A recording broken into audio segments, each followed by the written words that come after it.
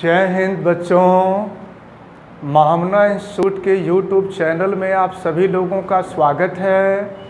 आज हम लोग 10th CBSE के physics first chapter reflection and refraction of light से रिलेटेड स्फेरिकल मिरर के लिए some definitions regarding to spherical mirror के बारे में हम लोग पढ़ने जा रहे हैं। वीडियो शुरू करने से पहले आपको मैं बता दूं कि वीडियो के अंत तक बने रहें, वीडियो को लाइक करें, सब्सक्राइब करें और अधिक से अधिक स्टूडेंट तक शेयर करें ताकि अधिक से अधिक बच्चे इसका लाभ ले सकें। हम आज आपको बतलाने जा रहे हैं few definitions regarding spherical mirror. Spherical mirror के बारे में हमने आपको कल बताया था। आज स्फेरिकल मिरर से रिलेटेड कुछ इम्पोर्टेंट डिफिनीशंस हैं हम जिनको बताने जा रहे हैं और इसमें सबसे पहले आता है, सबसे पहली जो हेडिंग आती है वो है सेंटर ऑफ कर्वेचर। तो फर्स्ट हेडिंग हम आपको बताने जा रहे हैं सेंटर ऑफ कर्वेचर। तो ध्यान दीजिएगा, सेंटर ऑफ कर्वेचर क्या है हम आपको ये बतलाने जा रहे हैं। आपने देखा था कि मिरर जो होता है ये cutting part of hollow glass sphere होता है। ग्लास के हॉलो स्फीयर को जब कट कर देते हैं तो हमें स्फेरिकल मिरर फाइंड होता है। स्फेरिकल मिरर में हम कॉनकेव मिरर का एग्जाम्पल लेकर के हम आपको समझा रहे हैं। आप ध्यान दीजिएगा, ये है मिरर और अगर इसके कॉन्वेक्स साइड पर अगर पॉलिश लगा होगा तो यह कॉनकेव मिरर की तरह बिहेव करेगा। अब हम आपको सबसे पहली डिफिनीशन बतलाने जा रहे हैं सेंटर ऑफ कर्वेचर। देखिए, ये जो कॉनकेव मिरर है यह कॉनकेव मिरर स्फेयर का कटा हुआ पार्ट होता है। तो इस स्फेयर का जो सेंटर होगा, ध्यान दीजिएगा, इस स्फेयर का जो सेंटर होगा मतलब स्फेरिकल मिरर ग्लास के जिस हॉलो स्फेयर का कटिंग पार्ट होता है उसके सेंटर को हम सेंटर ऑफ कर्वेचर कहते हैं। डिफिनीशन आप ध्यान से समझें। ये जो हॉलो ग्लास स्फेयर होता है, हॉलो ग्लास स्फेयर जिसका कटिंग पार्ट जो था वो स्फेरिकल मिरर बना, उसके सेंटर को ही हम सेंटर ऑफ कर्वेचर कहते हैं। Centre of curvature is represented by C. Centre of curvature को हम सी से रिप्रेजेंट करते हैं। तो इसको आप अच्छी तरह से याद रखे रहिएगा। एक चीज और हम आपको बता दें कि किसी स्फेरिकल मिरर का सेंटर ऑफ कर्वेचर जो होता है यह स्फेरिकल मिरर का पार्ट नहीं होता है। ये दिमाग में रखे रहिएगा कि centre of curvature spherical mirror का पार्ट नहीं होता है और जिस हॉलो स्फेयर से यह स्फेरिकल मिरर बना होता है उसके सेंटर को ही हम सेंटर ऑफ कर्वेचर कहते हैं। अब इसके बाद हम लोगों को सेकेंड हेडिंग पढ़ना होगा, और सेकेंड हेडिंग है पोल। पोल क्या होता है बेटा? पोल किसको कहते हैं आप ध्यान से समझिए। ये देखिए स्फेरिकल मिरर पर पॉलिश यहाँ से यहाँ तक लगा हुआ है, तो जिधर पॉलिश लगा होता है उसके अपोजिट सरफेस से ही लाइट का रिफ्लेक्शन होता है, ठीक ना। तो अब जिस सरफेस से लाइट का रिफ्लेक्शन होता है उसको हम रिफ्लेक्टेड सरफेस कहते हैं।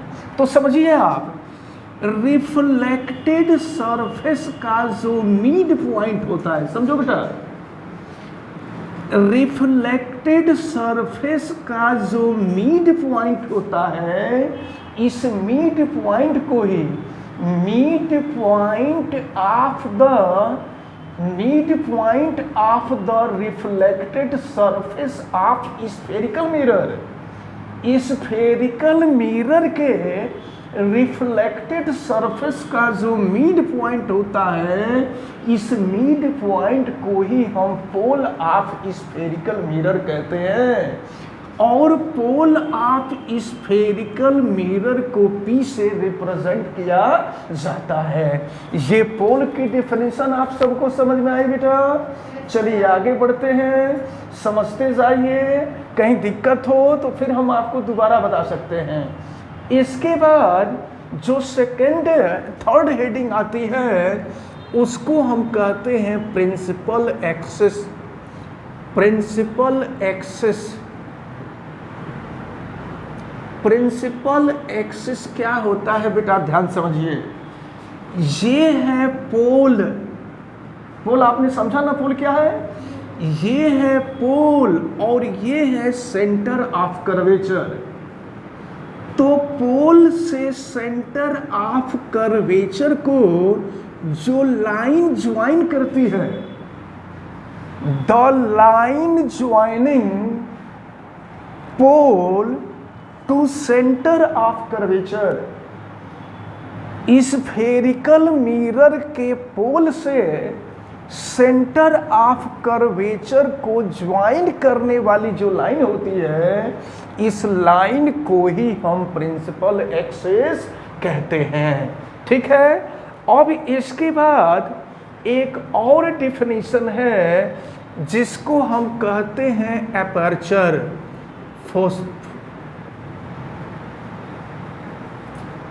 एपर्चर, तो एपर्चर क्या होता है इसको हम ध्यान से समझें। एपर्चर, एपर्चर को हिंदी में द्वारक कहते हैं, द्वारक। तो समझिए आप, एपर्चर क्या होता है? ये जो रिफ्लेक्टेड सरफेस है, समझ लो बेटा ध्यान से, ये जो रिफ्लेक्टेड सरफेस है, रिफ्लेक्टेड सरफेस का जो डायामीटर होता है, समझिए यहाँ से लेकर के यहाँ तक, ये जो रिफ्लेक्टेड सरफेस है, रिफ्लेक्टेड सरफेस के डायामीटर को ही diameter of the reflected surface is called aperture of the mirror. बात समझ में आई आपको? एपर्चर ऑफ मिरर की डेफिनेशन क्या है? तो ये जो रिफ्लेक्टेड सरफेस है, इस रिफ्लेक्टेड सरफेस के डायामीटर को ही हम एपर्चर ऑफ द मिरर कहते हैं। अब इसके बाद एक और डेफिनेशन आती है, radius of curvature. Radius of curvature, radius of curvature क्या होता है बाबू? ध्यान समझो, ये पोल है और ये सेंटर है, सेंटर ऑफ कर्वेचर है। तो distance between pole and centre of curvature, pole और सेंटर ऑफ कर्वेचर के बीच का जो डिस्टेंस होता है, this is radius of curvature. Radius of curvature is represented by small R और कैपिटल आर। देखिए कुछ बुक्स में रेडियस ऑफ कर्वेचर को स्मॉल आर से भी रिप्रेजेंट किया गया है, कुछ बुक में रेडियस ऑफ कर्वेचर को कैपिटल आर से रिप्रेजेंट किया गया है। तो अब आप दोनों दिमाग में रखे रहिएगा, जिसका यूज होगा उसका हम लोग यूज कर लेंगे। तो ये चीज दिमाग में आप रखे रहिएगा कि स्फेरिकल मिरर के पोल से सेंटर ऑफ कर्वेचर के बीच का जो डिस्टेंस होता है, इस डिस्टेंस को ही हम रेडियस ऑफ कर्वेचर कहते हैं। And radius of curvature is represented by small R. अब इसके बाद इसमें एक टर्म और आता है प्रिंसिपल फोकस। प्रिंसिपल फोकस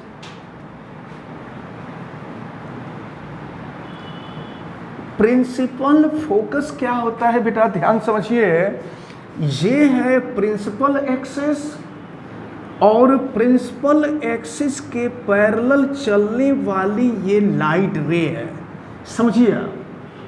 तो ये प्रिंसिपल एक्सिस के पैरेलल यह लाइट रे चल रही है और यह लाइट रे आकर के स्फेरिकल मिरर पर इंसिडेंट होती है। तो जब इंसिडेंट होती है तो लाइट का रिफ्लेक्शन होता है और रिफ्लेक्शन के बाद यह जो रिफ्लेक्टेड रे है यह प्रिंसिपल एक्सिस के जिस पॉइंट पर मीट करती है उस पॉइंट को ही हम focus of the spherical mirror कहते हैं। ये फोकस की डेफिनेशन समझ में आई, इसी को प्रिंसिपल फोकस कहते हैं। प्रिंसिपल एक्सिस के पैरेलल चलने वाली लाइट रे रिफ्लेक्शन के बाद प्रिंसिपल एक्सिस के जिस पॉइंट को इंटरसेक्ट करती है that is focus of the spherical mirror, and focus of the spherical mirror is represented by capital F. Is it clear? अब इसके बाद नेक्स्ट जो डिफिनीशन होती है वो फोकल लेंथ होती है। Focal length, next definition focal length. Focal length किसे कहते हैं बेटा, ध्यान पूर्वक आप समझें। ये फोकस है, ये पोल है। एक चीज अभी मैं आपको बता दूं कि स्फेरिकल मिरर का कोई भी डिस्टेंस जब हम मेजर करेंगे ना तो उसके पोल से मेजर करते हैं, यही मेथड होता है। इस मेथड को आप अच्छी तरह से अपने दिमाग में रखे रहेंगे कि कोई भी डिस्टेंस अगर स्फेरिकल मिरर का मेजर करना होगा तो हमें इसके पोल से मेजर करना होगा। तो पोल से प्रिंसिपल फोकस के बीच का जो डिस्टेंस होता है, देखिए यहाँ से यहाँ के बीच का distance between pole to focus is called focal length. इस डिस्टेंस को ही हम फोकल लेंथ कहते हैं और focal length is represented by small F. Focal length को स्मॉल एफ से रिप्रेजेंट करते हैं। हम यहाँ पर एक फार्मूला आपको बता दें कि F is equal to small R by 2 होता है। मतलब ये फोकल लेंथ जो होता है रेडियस ऑफ कर्वेचर का हाफ होता है। अगर आपको रेडियस ऑफ कर्वेचर मालूम है तो रेडियस ऑफ कर्वेचर को जब हम 2 से डिवाइड कर देंगे तो यह फोकल लेंथ के इक्वल हो जाएगा। ये रिलेशन होता है, this is the relation between focal length and radius of curvature. इस पर आपसे न्यूमेरिकल पूछे जाते हैं, ऑप्शनल क्वेश्चन बना करके पूछे जाते हैं और जब नेक्स्ट वीडियो हम आपको बनाएंगे तो उसमें इसका डेरिवेशन हम बताएंगे आपको। आपको हम प्रूफ करके बताएंगे कि कैसे एफ जो है स्मॉल r/2 के इक्वल होता है, यानी फोकल लेंथ जो होता है रेडियस ऑफ कर्वेचर का हाफ होता है, इसको हम बताएंगे। तो अभी आप ये few definitions recording to spherical mirror आपने देखा, जिसमें सबसे पहले हमने आपको सेंटर ऑफ कर्वेचर बताया, पोल बताया, प्रिंसिपल एक्सिस बताया, अपर्चर बताया, radius of curvature, principal focus और फोकल लेंथ।